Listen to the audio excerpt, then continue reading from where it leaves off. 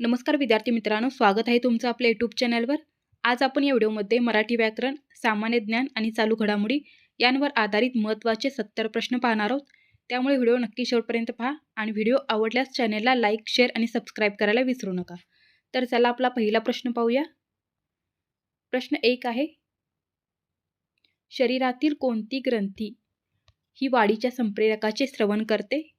आणि आपलं बरोबर उत्तर आहे शरीरातील ऑप्शन बी, पिट्युटरी ग्रंथी ही वाढीच्या संप्रेरकाचे श्रवण करत असते.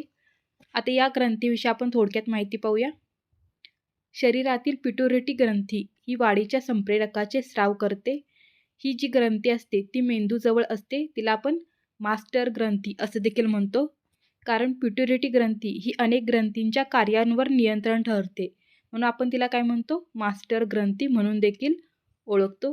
पुढचा प्रश्न पाहूया. प्रश्न क्रमांक 2 आहे, हैदराबादचे जुळे शहर म्हणून कोणाला ओळखले जाते? तर खालीलपैकी कोणतं हैदराबादचं जुळं शहर आहे ते सांगायचं आहे. आणि आपलं बरोबर उत्तर आहे option C, Secunderabad. Option C बरोबर आहे. सिकंदराबाद या शहराला आपण हैदराबादचे जुळे शहर देखील म्हणतो. प्रश्न क्रमांक 3 पहा, महाराष्ट्राचे नवे महाधिवक्ता खालीलपैकी कोण आहेत? तर हा चालू घडामोडीवरील प्रश्न आहे. तर या ठिकाणी आपलं उत्तर येणार आहे ऑप्शन बी, मिलिंद साठे. हे कोण आहेत? तर महाराष्ट्राचे नवे महाधिवक्ता आहेत. ऑप्शन बी बरोबर आहे. प्रश्न 4 पहा, सर्वोच्च न्यायालय ज्या कायद्यांवर कार्य करते ते कायदे भारतीय संविधानाने कोणत्या देशाकडून घेतलेले आहेत? तर या ठिकाणी आपलं उत्तर आहे option D, Japan. Option D बरोबर आहे. तर जपान या देशाकडून काय केलेलं आहे, सर्वोच्च न्यायालय ज्या कायद्यांवर कार्य करते ते कायदे आपण भारतीय संविधानाने कोणत्या देशाकडून घेतलेले आहेत? तर जपान या देशाकडून घेतलेले आहेत. ऑप्शन डी आपलं बरोबर असणार आहे. प्रश्न क्रमांक 5 पहा, महाराष्ट्रातील कोयना वन्यजीव अभयारण्य खालीलपैकी कोणत्या जिल्ह्यात आहे? तर कोयना वन्यजीव अभयारण्य हे महाराष्ट्रातील सातारा या जिल्ह्यामध्ये आहे. ऑप्शन बी आपलं बरोबर असणार आहे. तर या वन्यजीव अभयारण्याविषयी आपण थोडक्यात माहिती पाहूया. कोयना वन्यजीव अभयारण्य हे सातारा जिल्ह्यातील कोयना नदीच्या काठावर आहे. आणि या अभयारण्याचं महत्त्व काय पहा, तर हे पश्चिम घाटातील एक महत्त्वाचे नैसर्गिक वारसा स्थळ आहे आणि सह्याद्री व्याघ्र प्रकल्पाचा एक भाग आहे. भारत सरकारने 1985 मध्ये या वन्यजीव अभयारण्याला म्हणजे या कोयना वन्यजीव अभयारण्य म्हणून याला घोषित करण्यात आलेलं होतं. कधी? 1985 मध्ये. हे तुम्हाला लक्षात ठेवायचं आहे. पुढचा प्रश्न आहे प्रश्न 6, पुढील शब्द कोणत्या शब्दाचा समानार्थी आहे तो सांगायचा आहे. तर औषध या शब्दाचा समानार्थी शब्द कोणता आहे? तर या ठिकाणी उत्तर येणार आहे ऑप्शन बी, उतारा. ऑप्शन बी बरोबर आहे, उतारा. प्रश्न 7 पहा, भारतातील उच्च शिक्षणाच्या नियमनाला सुव्यवस्थित करण्यासाठी डिसेंबर 2025 मध्ये केंद्रीय मंत्रिमंडळाने मंजूर केलेल्या विधेयकाचे नाव काय आहे? हा देखील चालू घडामोडीवरील प्रश्न आहे आणि या प्रश्नाचं उत्तर असणार आहे ऑप्शन सी, विकसित भारत शिक्षण अधिष्ठान विधेयक 2025. तर हे काय आहे? भारतातील उच्च शिक्षणाच्या नियमनाला सुव्यवस्थित करण्यासाठी डिसेंबर 2025 मध्ये केंद्रीय मंत्रिमंडळाने मंजूर केलेले विधेयकाचं नाव आहे ते. ऑप्शन सी आपलं बरोबर असणार आहे. प्रश्न 8 पहा, राज्याच्या सचिवालयाचा प्रमुख कोण असतो? तर या ठिकाणी उत्तर येणार आहे ऑप्शन बी, मुख्य सचिव. हे कोण असतात? राज्याच्या सचिवालयाचे प्रमुख असतात. तर या ठिकाणी मुख्य सचिवांबद्दल आपण थोडक्यात माहिती पाहूया. मुख्य सचिव हे भारतीय राज्य सरकारमधील सर्वोच्च दर्जाचे कार्यकारी अधिकारी आणि सनदी सेवेतील सर्वात वरिष्ठ अधिकारी असतात. त्याचबरोबर ते राज्य नागरी सेवा मंडळ, राज्य सचिवालय आणि राज्य सरकारच्या कामकाजाचे देखील प्रमुख असतात. त्याचबरोबर मुख्यमंत्र्यांचे मुख्य सल्लागार म्हणून देखील त्यांना ओळखलं जातं. तर हे तुम्हाला लक्षात ठेवायचं आहे. पुढचा प्रश्न आहे प्रश्न क्रमांक 9, गुगामल राष्ट्रीय उद्यान कोठे आहे? तर या ठिकाणी आपलं उत्तर असणार आहे ऑप्शन सी, महाराष्ट्रामध्ये. ऑप्शन सी बरोबर आहे. प्रश्न 10, लोकसभेचे अध्यक्ष अधिकारी कोण आहेत? तर याचं उत्तर आहे ऑप्शन ए, सभापती व उपसभापती. तर या ठिकाणी यांच्याविषयी आपण थोडक्यात माहिती घेऊया. सभापती म्हणजेच त्यांना आपण अध्यक्ष म्हणतो, स्पीकर. तर हे लोकसभेचे सर्वोच्च अधिकारी असतात. जे सभागृहातील शिस्त व नियमन राखतात आणि कामकाज चालवतात. त्याच्यानंतर उपसभापती हे काय करतात तर अध्यक्षांच्या अनुपस्थितीमध्ये त्यांचे काम पाहत असतात, त्याचबरोबर अध्यक्षांना मदत करतात. तर या प्रकारे हे आपल्याला लक्षात ठेवायचं आहे. पुढचा प्रश्न आहे प्रश्न क्रमांक 11. विजयस्तंभ कोठे स्थित आहे? तर याचं उत्तर आहे विजयस्तंभ हा ऑप्शन डी चित्तोडगड या ठिकाणी आहे. ऑप्शन डी बरोबर आहे. विजयस्तंभ चित्तोडगड या ठिकाणी आहे. पुढचा प्रश्न आहे प्रश्न 12. राष्ट्रीय पोषण संस्था कोठे आहे ते सांगायचं आहे. तर या ठिकाणी आपलं उत्तर आहे हैदराबाद या ठिकाणी. ऑप्शन डी राष्ट्रीय पोषण संस्था ही हैदराबाद या ठिकाणी आहे. प्रश्न 13 पहा. जगातील पहिला आणि सर्वात मोठा मीडिया कार्यक्रम ब्रिज समिट 2025 कोणत्या शहरात आयोजित करण्यात आलेला होता? तर हा दुबई या ठिकाणी आयोजित करण्यात आलेला होता. ऑप्शन डी बरोबर आहे. प्रश्न 14 पहा. बर्फ उष्णतेचा ... आहे.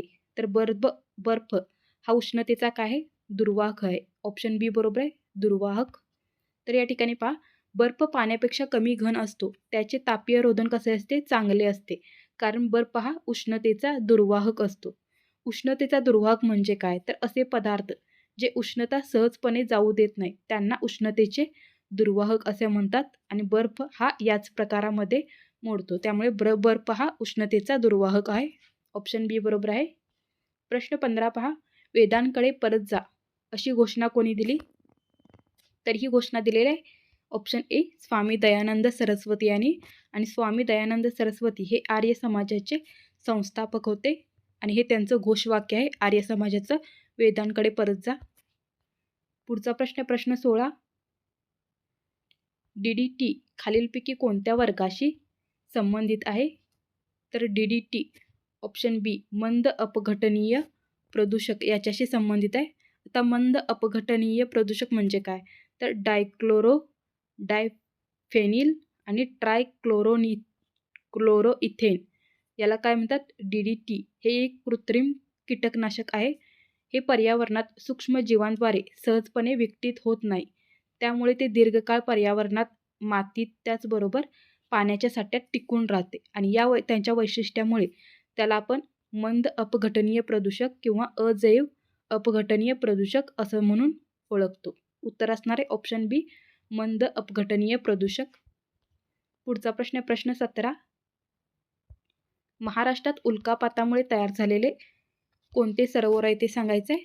तर महाराष्ट्रामध्ये उल्कापातामुळे तयार झालेले सरोवर आहे ऑप्शन ए लोणार सरोवर. हे कशामुळे तयार झालेलं आहे? तर उल्कापातामुळे तयार झालेलं आहे. याच्यावर तुम्हाला भरपूर वेळा प्रश्न येऊन गेलेला आहे. तर या ठिकाणी पहा, लोणार सरोवर हे महाराष्ट्रातील बुलढाणा या जिल्ह्यामध्ये आहे. कोणत्या जिल्ह्यामध्ये आहे असा देखील प्रश्न विचारला जातो, त्यामुळे तुम्हाला लक्षात ठेवायचं आहे महाराष्ट्रातील बुलढाणा जिल्ह्यामध्ये आहे, आणि ते उल्कापातामुळे तयार झालेलं आहे. त्याचबरोबर ते खारट आणि अल्कधर्मी पाण्याचे विवर सरोवर आहे, हे जे त्याच्या अनोख्या भूगर्भीय रचनेमुळे जगभरात प्रसिद्ध आहे. याला राष्ट्रीय भूवारसा स्मारक म्हणून देखील घोषित करण्यात आलेले आहे. त्याचबरोबर या परिसराचे जतन करण्यासाठी वन्यजीव अभयारण्य म्हणून देखील घोषित करण्यात आलेले आहे. तर या सरोवरावर तुम्हाला भरपूर वेळा प्रश्न येऊन जातो. पुढचा प्रश्न आहे प्रश्न 18. धातूंचा राजा कोणास म्हणतात? तर धातूंचा राजा आहे ऑप्शन ए सोने. ऑप्शन ए बरोबर आहे. प्रश्न 19. मानवी छातीच्या पिंजऱ्यात एकूण बरगड्यांची संख्या किती असते? तर मानवी छातीच्या पिंजऱ्यात एकूण बरगड्यांची संख्या 24 असते. ऑप्शन बी आपलं बरोबर आहे. तर या ठिकाणी पहा, मानवी छातीच्या पिंजऱ्यात 24 बरगड्या असतात, म्हणजे 12 जोड्या असतात. 12 असे एकूण 24 बरगड्या असतात. तर या बरगड्या फुफ्फुस आणि हृदय यांसारख्या महत्त्वाच्या अवयवांना संरक्षण देतात आणि श्वासोच्छ्वास प्रक्रियेस मदत करतात.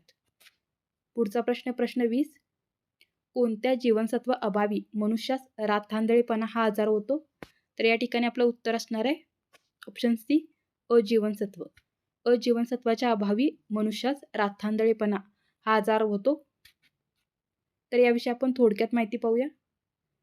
तर या ठिकाणी बाकीचे ऑप्शन देखील आपण पाहणार आहोत, त्यांचे महत्त्व. या ठिकाणी पहा, ड जीवनसत्व ज्याला आपण व्हिटॅमिन डी देखील म्हणतो, तर याच्या अभावामुळे लहान मुलांना मूळदूस आणि प्रौढांमध्ये ऑस्टिओमॅलेशिया हा आजार होतो. त्याच्यानंतर क जीवनसत्व ज्याला आपण व्हिटॅमिन सी म्हणतो, तर याच्या कमतरतेमुळे स्कर्वी हा आजार होतो, ज्यामुळे हिरड्यांमधून रक्त येणे किंवा लवकर जखमा न भरणे अशी लक्षणे दिसतात. त्याच्यानंतर अ जीवनसत्व ज्याला व्हिटॅमिन ए म्हणतो, तर हे चांगल्या दृष्टीसाठी आवश्यक आहे. डोळ्यांच्या रेटिनामध्ये म्हणजे जालपटलामध्ये कमी प्रकाशात पाहण्यात मदत करणारे जे रोडोप्सिन असतं, तर या नावाचं जे प्रथिन असतं ते तयार करण्यासाठी याची गरज पडते अ जीवनसत्वाची. तर या ठिकाणी अ जीवनसत्व तुम्हाला लक्षात ठेवायचं आहे. त्याच्यानंतर ब जीवनसत्व ज्याला आपण व्हिटॅमिन बी म्हणतो, तर या गटातील जीवनसत्वांच्या कमतरतेमुळे वेगवेगळे आजार होतात. उदाहरणार्थ B1च्या कमतरतेमुळे काय होतं, तर बेरी हा आजार होतो. तर हे तुम्हाला लक्षात ठेवायचं आहे. या आजारांवर तुम्हाला प्रश्न विचारला जातो. पुढचा प्रश्न आहे प्रश्न 21. हाडांच्या वाढीसाठी कोणते जीवनसत्व आवश्यक आहे? उत्तर आहे ऑप्शन सी बरोबर आहे. ड जीवनसत्व. 21चं सी ड जीवनसत्व येणार आहे.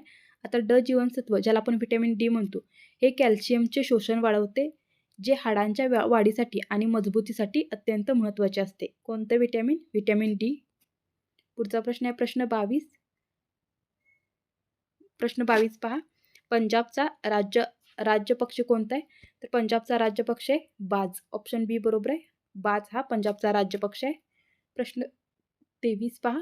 विषाणूंचा अभ्यास कोणत्या शास्त्रीय नावाने ओळखला जातो? तर याचं उत्तर आहे व्हायरोलॉजी. हा काय आहे? विषाणूंचा अभ्यास करणारं शास्त्रीय नाव आहे. प्रश्न 24 पहा. असला माणूस कामाचा असतो का? पुढील वाक्य नकारार्थी करायचे. तर या ठिकाणी उत्तर आहे ऑप्शन ए, असला माणूस कामाचा नसतो. तर हे नकारार्थी वाक्य आहे. प्रश्न 25 पहा. पाण्याची खोली मोजण्यासाठी कोणते तंत्रज्ञान वापरतात? तर याचं उत्तर आहे पाण्याची खोली मोजण्यासाठी सोनार तंत्रज्ञान वापरतात. आता या तंत्रज्ञानाविषयी आपण थोडक्यात माहिती पाहूया. तर हे सोनार तंत्रज्ञान पाण्याच्या पृष्ठभागाखाली ध्वनी लहरी पाठवते आणि समुद्राच्या तळाशी आदळून परत येणाऱ्या लहरींसाठी लागणारा वेळ मोजून खोलीची गणना करते. हे जे सोनार प्रणालीमध्ये सामान्यतः अल्ट्रासॉनिक ज्या लहरी वापरल्या जातात, कारण त्यांची वारंवारता जास्त असू शकते आणि ते पाण्यात दूरपर्यंत प्रवास करू शकतात. म्हणून कोणत्या लहरी वापरतात? अल्ट्रासॉनिक लहरी या प्रणालीमध्ये वापरतात. हे तुम्हाला लक्षात ठेवायचं आहे. प्रश्न 26 पहा. कोणते तेल हृदयविकार असणाऱ्या व्यक्तीस उपयुक्त ठरते? तर याचं उत्तर आहे करडईचं तेल. ऑप्शन डी बरोबर आहे. प्रश्न 27. अबब हा शब्द खालीलपैकी कोणत्या प्रकारचा आहे? तर याचं उत्तर आहे अबब हा शब्द केवल प्रयोगी अव्यय आहे. तर या ठिकाणी केवल प्रयोगी अव्यय म्हणजे का बघा, तर हे शब्द अचानक उद्गार किंवा भावना व्यक्त करतात. वाक्यात इतर शब्दांना जोडत नाहीत. जसे की अबब किती सुंदर आहे हे. तर यामध्ये काय केलेलं आहे, तर भावना व्यक्त केलेली आहे. त्यामुळे हे काय येणार आहे, केवल प्रयोगी अव्यय येणार आहे. तर या ठिकाणी उभयान्वयी अव्यय म्हणजे काय पहा, दोन शब्द किंवा वाक्य जोडणारे जे असतात शब्द त्यांना काय म्हणतात, उभयान्वयी अव्यय म्हणतात. या ठिकाणी आणि, व, किंवा हे काय आहेत, तर उभयान्वयी अव्यय आहेत. त्याच्यानंतर विशेषण कशाला म्हणायचं पहा, नामाबद्दल अधिक माहिती देतात त्यांना आपण विशेषण म्हणतो. उदाहरणार्थ सुंदर, लाल, मोठा हे काय आहेत, विशेषण आहेत काही. त्याच्यानंतर क्रियापद कशाला म्हणायचं, तर क्रिया दर्शवतात त्याला काय म्हणतात, क्रियापद. उदाहरणार्थ खाणे, पिणे, जाणे हे काय क्रियापद आहेत. तर या ठिकाणी आपलं उत्तर येणार आहे ऑप्शन ए, केवळ प्रयोगी अव्यय. प्रश्न 28 पहा. जैन धर्माचे पहिले तीर्थंकर कोण आहेत? तर याचं उत्तर आहे जैन धर्माचे पहिले तीर्थंकर ऋषभदेव आहेत. तर या ठिकाणी त्यांची माहिती घेतलेली आहे आपण जैन धर्माची. जैन परंपरेनुसार ऋषभदेव हे काय जैन धर्माचे संस्थापक आणि पहिले तीर्थंकर मानले जातात. त्यांना आपण आदिनाथ या नावाने देखील ओळखतो. त्याच्यानंतर पार्श्वनाथ हे जे आहेत ते जैन धर्माचे 23वे तीर्थंकर आहेत. पहिले कोण आहेत? ऋषभदेव. 23वे आहेत तीर्थंकर. आणि त्याच्यानंतर भगवान महावीर हे जैन धर्माचे 24वे म्हणजे अंतिम तीर्थंकर आहेत, म्हणजे शेवटचे. तर या ठिकाणी पहिले कोण आहेत? ऋषभदेव. त्याच्यानंतर 23वे पार्श्वनाथ आणि 24वे आहेत भगवान महावीर. तर हे तुम्हाला 3 लक्षात ठेवायचे आहेत. त्याच्यानंतर प्रश्न 29 पहा. सम्राट अकबर याने स्थापन केलेला धर्म कोणता आहे? तर सम्राट अकबर याने स्थापन केलेला धर्म आहे दीन ए इलाही. ऑप्शन ए बरोबर आहे. प्रश्न 30 पहा. सोने या मूलद्रव्याची संज्ञा सांगायचे. तर याची संज्ञा काय आहे? Option D AU. Option D बरोबर आहे.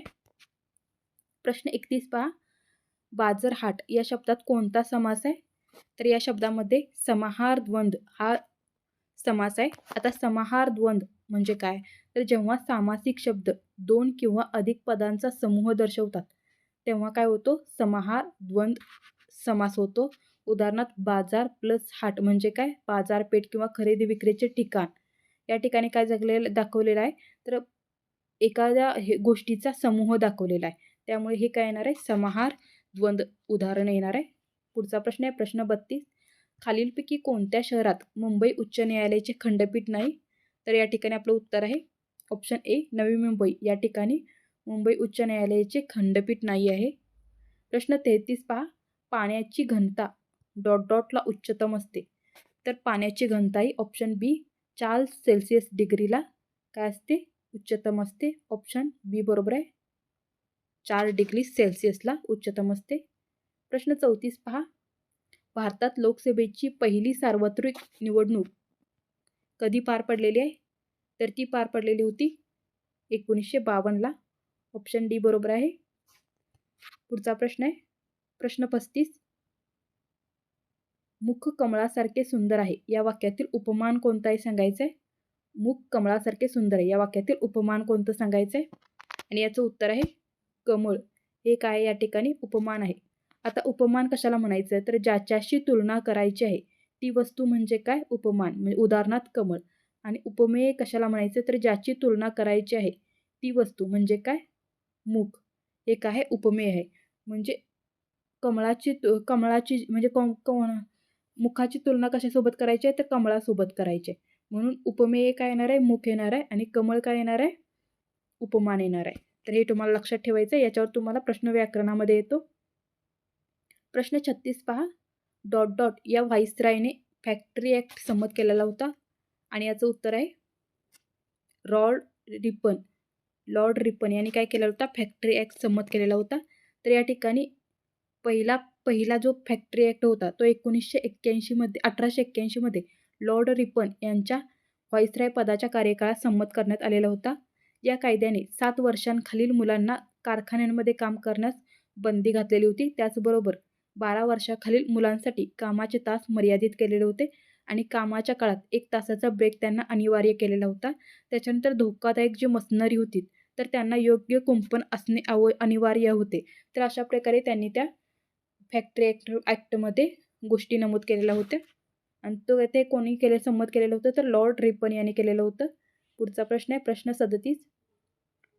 कुतुबुद्दीन ऐबक याने खालीलपैकी कोणत्या वर्षी राज्यकारभार सुरू केलेला होता? तर या प्रश्नाचं उत्तर आहे 1206 मध्ये. ऑप्शन सी बरोबर आहे. पुढचा प्रश्न आहे प्रश्न 38. पुढीलपैकी तद्भव शब्द ओळखायचा आहे. तर या ठिकाणी तद्भव शब्द आहे ऑप्शन सी घाम. हा काय तद्भव शब्द आहे. आता तद्भव शब्द कशाला म्हणायचं? तर जे शब्द संस्कृत भाषेतून मराठीत येताना त्याच्या मूळ रूपात बदल झाला नाही, म्हणजे बदल झालेला आहे, त्यांना काय म्हणतात? तद्भव शब्द म्हणतात.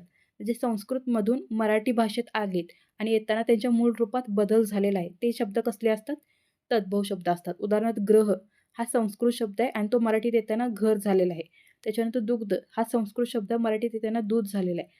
त्याचप्रमाणे घाम हा जो शब्द संस्कृत आहे तो मराठीत येताना स्वेद झालेला आहे. तर यांना काय म्हणायचं? तद्भव शब्द. आणि तत्सम शब्द कशाला म्हणायचं? तर जे शब्द संस्कृत भाषेतून मराठीत जसे तसे आलेले आहेत त्यांना काय म्हणतात झालं? तत्सम शब्द म्हणतात. उदाहरणार्थ कर, जल, हस्त, पुस्तक हे काय संस्कृतमधून आपण जसे तसे घेतलेले आहेत त्यामुळे त्यांना काय म्हणतात? तत्सम शब्द म्हणतात. आणि संस्कृतमधून येताना जे बदल होऊन येतात त्यांना आपण तद्भव शब्द म्हणतो. प्रश्न 39 पहा. लोणावळ्यातील भुशी धरण खालीलपैकी कोणत्या नदीवर आहे? तर ते भुशी धरण कोणत्या नदीवर आहे? इंद्रायणी नदीवर आहे. ऑप्शन डी बरोबर आहे. प्रश्न 40 पहा. सामान्यतः अपाचक व्रण हा डॉट डॉट रोग आहे. तर हा रोग जीवाणूजन्य आहे. प्रश्न 40 ए बरोबर आहे. पुढचा प्रश्न आहे प्रश्न 41. भारताच्या 2011च्या जनगणनेनुसार भारताच्या एकूण लोकसंख्येपैकी किती टक्के लोक खेड्यामध्ये राहतात? तर भारताच्या 2011च्या जनगणनेनुसार भारताच्या एकूण लोकसंख्येपैकी 3.68% लोक हे खेड्यामध्ये राहतात. पुढचा प्रश्न आहे प्रश्न 42. खालील चिन्हातील अर्धविराम कोणता आहे ते ओळखायचा आहे. तर या ठिकाणी अर्धविराम आहे. ऑप्शन डी मधील एक आहे अर्धविराम आहे. आता या ठिकाणी या चिन्हांची आपण नावे पाहूया. जे ऑप्शन ए मध्ये आहे ते ते ते काय आहे प्रश्नचिन्ह आहे. त्याच्यानंतर ऑप्शन बी मधील चिन्ह आहे उद्गारवाचक चिन्ह.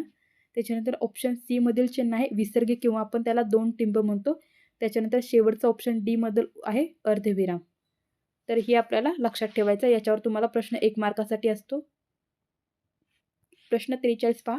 बाउल लोकसंगीत खालीलपैकी कोणत्या राज्यातील आहे. तर ते आहे पश्चिम बंगाल राज्यातील. ऑप्शन बी बरोबर आहे. प्रश्न 44 पहा. शिरोडा समुद्रकिनारा महाराष्ट्रातील कोणत्या जिल्ह्यात आहे. तर तो आहे महाराष्ट्रातील सिंधुदुर्ग या जिल्ह्यामध्ये आहे. सिंधुदुर्ग जिल्ह्यातील वेंगुर्ला या तालुक्यामध्ये आहे. प्रश्न 45 पहा. 1857च्या उठावानंतर बहादूर शहाला खालीलपैकी कोणत्या ठिकाणी ठेवण्यात आलेलं होतं. तर त्याला रंगून या ठिकाणी ठेवण्यात आलेलं होतं. ऑप्शन ए बरोबर आहे. प्रश्न 46 पहा. भारताच्या 2011च्या जनगणनेनुसार अखिल भारतीय स्तरावर साक्षरतेत महाराष्ट्र कितव्या क्रमांकावर आहे. आणि या प्रश्नाचं उत्तर आहे 6व्या क्रमांकावर. ऑप्शन सी बरोबर आहे. प्रश्न 47 पहा. सध्या भारताच्या राज्यघटनेत एकूण किती मूलभूत कर्तव्यांचा समावेश आहे. तर एकूण 11 मूलभूत कर्तव्यांचा समावेश आहे. ऑप्शन बी आपलं बरोबर आहे. तर सुरुवातीला 10 कर्तव्ये 42व्या घटनादुरुस्तीने 1976 मध्ये जोडली गेलेली होती आणि 86व्या घटनादुरुस्तीने 2002 मध्ये 11वे मूलभूत कर्तव्य जोडले गेलेले आहे. त्यामुळे आता सध्या मूलभूत कर्तव्यांची संख्या झालेली 11. तर हे तुम्हाला लक्षात ठेवायचं आहे. पुढचा प्रश्न आहे प्रश्न 48. खालीलपैकी कोणती शहरी स्थानिक शासन संस्था आहे ते सांगायचं आहे. आणि या प्रश्नाचं उत्तर आहे ऑप्शन सी नगर परिषद. ऑप्शन सी बरोबर आहे. प्रश्न 49 पहा. ऋग्वेदातील स्तोत्रांना काय म्हणतात. तर या प्रश्नाचं उत्तर आहे सूक्त म्हणतात. ऋग्वेदातील स्तोत्रांना सूक्त असं म्हणतात. प्रश्न 50. गाविलगड, भवरगड आणि भैरवगड हे किल्ले महाराष्ट्रातील कोणत्या जिल्ह्यामध्ये आहेत. तर हे किल्ले महाराष्ट्रातील अमरावती या जिल्ह्यामध्ये आहेत. ऑप्शन बी बरोबर आहे. पुढचा प्रश्न आहे प्रश्न 51. कलम ... नुसार एका स्वतंत्र निवडणूक आयोगाची स्थापना 25 जानेवारी 1950ला करण्यात आली. तर कोणत्या कलमानुसार करण्यात आलेली होती ती. उत्तर आहे ऑप्शन डी 324व्या कलमानुसार एका स्वतंत्र निवडणूक आयोगाची स्थापना 25 जानेवारी 1950ला करण्यात आलेली होती. ऑप्शन डी बरोबर आहे. प्रश्न 52 पहा. इंटरनेटचा पिता कोणाला म्हणतात. तर इंटरनेटचा पिता विंटेन कर्फ यांना म्हणतात. ऑप्शन सी बरोबर आहे. प्रश्न 53 पहा. सीमापार सायबर फसवणूक कारवायांमुळे अलीकडे चर्चेत आलेली मोई नदी 2 देशांमधील नैसर्गिक सीमा तयार करते. म्हणजे कोणत्या 2 देशांमधील नैसर्गिक सीमा तयार करते ते सांगायचं आहे. तर मोई नदी सध्या चर्चेमध्ये आहे कारण सीमापार सायबर फसवणूक कार्यामुळे काय झालेली होती. मोई नदीमध्ये चर्चेत आलेली होती. तर यावर तुम्हाला प्रश्न येऊ शकतो. या नदी कोणत्या 2 देशांमधील नैसर्गिक सीमा तयार करते. तर या प्रश्नाचं उत्तर आहे थायलंड आणि लाओस या 2 देशांमधील नैसर्गिक सीमा तयार करते. ऑप्शन ए बरोबर आहे. प्रश्न 54 पहा. उंटावरून टपाल वाटणाऱ्याला काय म्हणतात. तर या ठिकाणी उत्तर आहे सांडणी स्वार. ऑप्शन सी बरोबर आहे. उंटावरून टपाल वाटणाऱ्याला आपण सांडणी स्वार म्हणतो. प्रश्न 55 पहा. भारतात बनलेला पहिला भारतीय चित्रपट कोणता आहे. तर तो आहे राजा हरिश्चंद्र. ऑप्शन सी बरोबर आहे. प्रश्न 56 पहा. दक्षिण भारतातील कोणत्या नदीला गंगा म्हटले जाते. तर दक्षिण भारतातील गोदावरी नदीला गंगा म्हटले जाते. ऑप्शन ए बरोबर आहे. प्रश्न 57 पहा. दुधवा राष्ट्रीय उद्यान भारतात कोठे आहे. तर हे आहे उत्तर प्रदेश या राज्यामध्ये. ऑप्शन बी बरोबर आहे. पुढचा प्रश्न आहे प्रश्न 58. खालीलपैकी कोणते भारतातील सर्वात मोठे गोड्या पाण्याचे तलाव आहे. तर ते तलाव आहे गोड्या पाण्याचे उलर तलाव, ज्याला आपण उलर सरोवर देखील म्हणतो. तर हे भारतातील सर्वात मोठे गोड्या पाण्याचे सरोवर आहे. ऑप्शन बी बरोबर आहे. प्रश्न 59 पहा. खालीलपैकी 7 बेटांचा शहर म्हणून कोणाला ओळखले जाते? उत्तर आहे मुंबईला. ऑप्शन ए बरोबर आहे. प्रश्न 60 पहा. खजुराहो ही प्रसिद्ध लेणी कोणत्या राज्यामध्ये आहे? तर ती आहे मध्य प्रदेश या राज्यामध्ये. ऑप्शन ए बरोबर आहे. खजुराहो प्रसिद्ध लेणी कोणत्या राज्यात आहे? तर मध्य प्रदेश राज्यामध्ये आहे. प्रश्न 61 पहा. दार्जिलिंग हे थंड हवेचे ठिकाण भारतातील कोणत्या राज्यामध्ये आहे? तर ते पश्चिम बंगालमध्ये आहे. ऑप्शन सी बरोबर आहे. प्रश्न 62. झारखंड राज्याची राजधानी कोणती आहे? उत्तर आहे रांची. ही काय? झारखंड राज्याची राजधानी आहे. ऑप्शन ए बरोबर आहे. प्रश्न 63. खालीलपैकी कोणत्या नदीचे उगम भारतात होत नाही विचारलेला आहे. तर कोणत्या नदीचा उगम हा भारतामध्ये होत नाही? तर उत्तर आहे सतलज नदीचा उगम भारतामध्ये होत नाही. ऑप्शन बी बरोबर आहे. प्रश्न 64 आहे. आभाळ फाटणे या वाक्यप्रचाराचा अर्थ खालीलपैकी कोणता आहे तो सांगायचा आहे. तर आभाळ फाटणे याचा अर्थ काय? तर सर्व बाजूनी संकटे येणे. ऑप्शन ए बरोबर आहे. प्रश्न 65 पहा. इंडियन होम रूल सोसायटीची स्थापना कोणी व कोठे केली? तर इंडियन होम रूल सोसायटीची स्थापना केलेली आहे श्यामजी कृष्ण वर्मा यांनी लंडनमध्ये. तर या स्थापनेविषयी आपण थोडक्यात माहिती पाहूया. इंडियन होम रूल सोसायटीची स्थापना श्यामजी कृष्ण वर्मा यांनी 1905 मध्ये लंडन या ठिकाणी केली होती. या संस्थेचा उद्देश होता ब्रिटिश भारतात स्वराज्यासाठी लढा देणे आणि भारतीयांमध्ये राष्ट्रीयत्वाची भावना जागृत करणे हा त्यामागचा उद्देश होता. प्रश्न 66 पहा. रस्त्यातून जाताना सावकाश व जपून चालावे या वाक्यातील क्रियाविशेषण अव्यय सांगायचं आहे. तर या ठिकाणी क्रियाविशेषण अव्यय कोणतं येणार आहे? ऑप्शन सी बरोबर आहे. सावकाश आणि जपून हे काय आहेत? क्रियाविशेषण अव्यय आहेत. तर या ठिकाणी क्रियाविशेषण अव्यय कशाला म्हणायचं पहा. असे शब्द जे क्रियापदाबद्दल अधिक माहिती देतात आणि लिंग वचन व विभक्तीनुसार बदलत नाहीत म्हणजे अविकारी असतात त्यांना काय म्हणतात? क्रियाविशेषण अव्यय म्हणतात. आता हे शब्द क्रिया कधी, कुठे आणि कशी घडली हे सांगतात. उदाहरणार्थ आपण एक उदाहरण घेतलेलं आहे. राम अधाशासारखा खातो. कसा खातो? तर अधाशासारखा. त्याच्यानंतर दुसरं उदाहरण पहा. पाऊस सतत कोसळत असतो. तर या ठिकाणी कसा कोसळतो पाऊस? तर सतत कोसळतो. हे काय आहेत? तर क्रियापदाबद्दल अधिक माहिती देतात आणि लिंग वचन व विभक्तीनुसार बदलत नाहीत त्यामुळे त्यांना आपण काय म्हणतो? क्रियाविशेषण अव्यय म्हणतो. पुढचा प्रश्न आहे प्रश्न 67. भारत कोणत्या गोलार्धात आहे? तर या प्रश्नाचं उत्तर आहे भारत हा उत्तर पूर्व गोलार्धामध्ये आहे. ऑप्शन सी बरोबर आहे. प्रश्न 68. खालीलपैकी कोणत्या राज्याला सर्वात मोठी किनारपट्टी लाभलेली आहे? तर ती लाभलेली आहे गुजरात या राज्याला. ऑप्शन डी बरोबर आहे. प्रश्न 69. गोवर हा रोग कशापासून होतो? तर याचं उत्तर आहे ऑप्शन ए विषाणूमुळे होतो. तर या ठिकाणी पहा गोवर हा रोग विषाणूमुळे होतो जो रुबेओला कोणती रुबेओला या विषाणूमुळे म्हणून देखील ओळखला जातो. तर हा एक अत्यंत संसर्गजन्य विषाणू आहे जो श्वसन संस्थेवर परिणाम करतो आणि हवेतून पसरतो. तर गोवर हा रोग विषाणूमुळे होतो. कोणत्या विषाणूमुळे? रुबेओला या विषाणूमुळे होतो आणि हा एक संसर्गजन्य विषाणू आहे जो श्वसन संस्थेवर परिणाम करतो आणि हवेतून पसरतो. प्रश्न 70 पहा. पहिला फिफा शांतता पुरस्कार 2025 कोणाला देण्यात आलेला आहे? तर या प्रश्नाचं उत्तर आहे ऑप्शन बी डोनाल्ड ट्रम्प यांना देण्यात आलेला आहे. ऑप्शन बी बरोबर आहे. हा चालू घडामोडीवर प्रश्न आहे तुम्हाला लक्षात ठेवायचा आहे. तर धन्यवाद विद्यार्थी मित्रांनो. अशा प्रकारे आज आपण सामान्य ज्ञान, मराठी व्याकरण आणि चालू घडामोडी यांवर आधारित 70 प्रश्न पाहिलेले आहेत. जर तुम्हाला हा व्हिडिओ आवडला असेल आणि असेच व्हिडिओ पुढे पाहिजे असतील तर चॅनलला लाईक करा, शेअर करा आणि सबस्क्राईब करा. आणि याची जर तुम्हाला PDF हवी असेल तर खाली टेलिग्राम चॅनलची लिंक आहे त्याच्यावर क्लिक करा. तुम्हाला याची PDF भेटून जाईल. धन्यवाद.